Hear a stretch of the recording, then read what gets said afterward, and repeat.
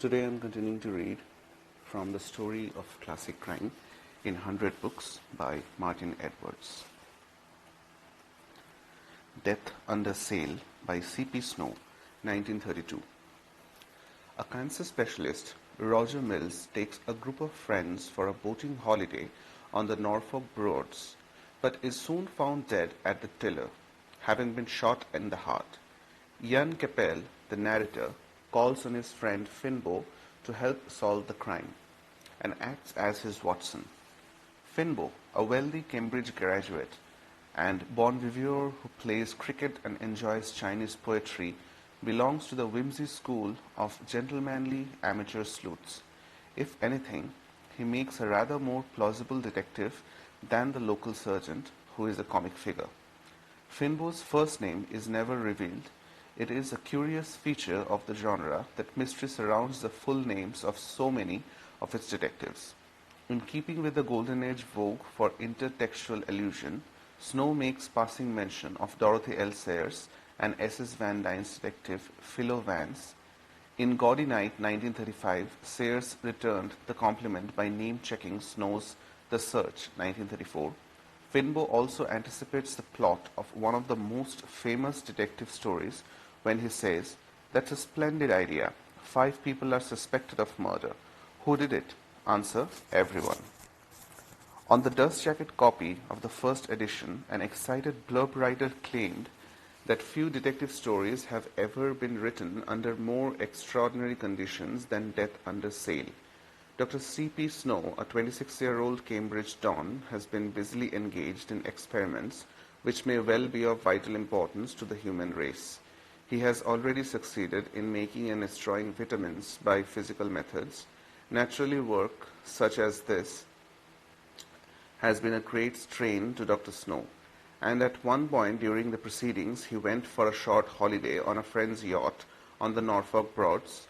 Here it was that he evolved an extraordinary form of mental recreation for a man engaged in work that may result in banishing famine from the world and bringing good health within the reach of all. He planned and began to write a thriller. He developed a plot as watertight as the yacht he sailed, and eventually created the cleverest possible solution to the murder of the Harley Street specialist who met his death with a smile upon his lips. And they say scientists have no imagination. Famine remains to be conquered, but despite the hyperbole, the young academic was destined to achieve distinction in multiple fields. Detective fiction, unfortunately, was not among them. Charles Percy Snow was an expert in chemistry and physics who became a senior civil servant and was also active in politics, ultimately becoming a life peer. He became a popular mainstream author, renowned for the sequence of novels known as Strangers and Brothers. For the title of one of the books, he coined the term "The Corridors of Power," while The Two Cultures, his Wraith lectures of 1959, provoked widespread debate about the divergent interests of scientists and those interested in the arts. His wife, Pamela Hansford Johnson, was also an author. Together with her first husband, a journalist called Neil Stewart, she wrote 2 light-hearted detective novels under the pen name Nap Lombard. Although Snow never had any intention of specializing in detective stories, his literary life came full circle with his last novel. A Coat of Varnish, 1979, is a somber crime novel rather than a whodunit. The subject is murder in Belgravia, but although the book is more ambitious than his debut, the result is less satisfying. The Sussex Downs Murder by John Bude, 1936. John Bude's third detective novel was set against a background of special significance to lovers of the genre when his days as a consulting detective at 221B Baker Street were over. The great Sherlock Holmes had retired to the South Downs to take up beekeeping. But given that Bude's first 2 mysteries, both published in 1935, were the Cornish Coast Murder and the Lake District Murder, it does not take a Sherlock to guess that Bude set his early mysteries in a variety of popular rural locations as a marketing ploy. At a time when authors commonly set rural mysteries in vaguely fictionalized countries called Downshire or Middleshire, Bude could scarcely have anticipated that his method would yield a dividend more than half a century after his death.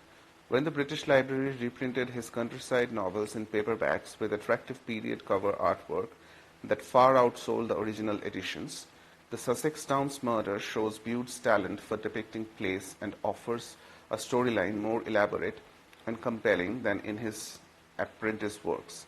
The Rother family farmhouse, Chalklands, and the surrounding area are convincingly realized, and in keeping with the Golden Age tradition, a map is supplied to help readers to follow the events of the story after John Rother goes missing, in circumstances which at first, but deceptively, seem reminiscent of the disappearance of Agatha Christie. Bude's growing confidence as a detective novelist is demonstrated by a pleasing sequence of twists and turns. The cast list is limited, but suspicion neatly shifts from one character to another.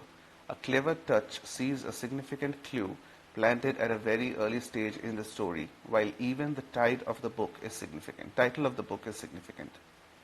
The message which lures William Rother to Littlehampton General Hospital recalls the hoax at the heart of the legendary Wallace case. 5 years before the book was published, the mysterious message forms only one of the host of complications facing Inspector Meredith, introduced into the Lake District murder, and relocated from Cumberland for the purposes of this story. Meredith is modeled on Freeman Wills Croft's Inspector French in his diligence, his contented home life, and his love of a good meal, but he possesses a sharper sense of humor. His son's amateur detective work makes a pleasing contribution to the storyline, while his innate humanity comes to the fore in the novel's closing stages. Bude's real name was Ernest Carpenter Elmore. After publishing 2 weird and fantastic novels, he turned to fictional crime with enough success to become a full-time writer. On Guy Fawkes Night in 1953, he was among the handful of writers who joined with John Creasy to found the Crime Writers Association at a meeting held in the National Liberal Club. Prior to his premature death, he adapted his technique of setting mysteries in attractive locales to the changing tastes of readers in post-war Britain, and allowed Meredith to venture across the English Channel in books such as Death on the Riviera, 1952, and A Telegram from Le Touquet, 1956. Sinister Crag by Newton Gale, 1938. Rock climbing offers ample scope for homicide, a possibility exploited by several authors, notably the mountaineer Frank Shovel Stiles, who used the pen name Glyn Carr for a series of mysteries from the 50s onwards. One of the most interesting cases of murder on the mountains, predating Carr's work, was the last of 5 books to appear under the name Newton Gale. Most of the action in Sinister Crag takes place in the fictional Lake District valley of Wennerdale. 3 men have died while climbing the eponymous fell. Did their deaths result from an accident or murder? Jim Greer, Gale's series detective, suspects foul play and spends much of the book climbing the fells along with his friend Robin Upwood, who narrates the story and plays Watson to Greer's homes. They stay at the Hardwick Hotel and do a number of potential suspects. Greer states the problem confronting him: 3 men have been killed, but we don't know which of them was the intended victim. Except for their interest in mountaineering, I doubt if there was a single common factor in their lives. This means that in tackling the problem from the angle of motive, our difficulties are trebled. Although thinly characterized, he is an efficient detective who at one point compiles an alibi chart. The Lake District, splendidly evoked, makes an ideal setting for crimes and misdemeanors. As Greer says, the whole place is a wilderness of gullies and cliffs. Even in clear weather, you would never find anybody who wanted to elude you. There may be too much information about climbing to suit non-enthusiasts, but the world beyond the rural idyll is not forgotten. More wars and rumors of wars? Upwood asks someone who has abandoned her newspaper in dismay. Mussolini is mentioned as an example of someone who suffered claustrophobia after spending time in prison. The name of Newton Gale concealed an unusual writing partnership between Muna Lee and Maurice Guinness. Lee was an American poet and activist, and Guinness a British oil executive. Although they made an odd literary couple, their co-authored mysteries are distinctive. Sinister Crag is unique among Greer's recorded cases in taking place in Britain. The quality of writing was no doubt due to Lee, while Guinness was primarily responsible for supplying plot material, particularly in this book, where he made good use of his own enthusiasm for mountaineering. Lee spent many years living in Puerto Rico, which supplied the background for an orthodox Newton Gale novel, Murder at 2810, 1936, set at the time of a devastating hurricane. Lee later joined the U.S. State Department as a cultural affairs specialist, while in the 60s, Guinness wrote 3 thrillers under the name Mike Brewer.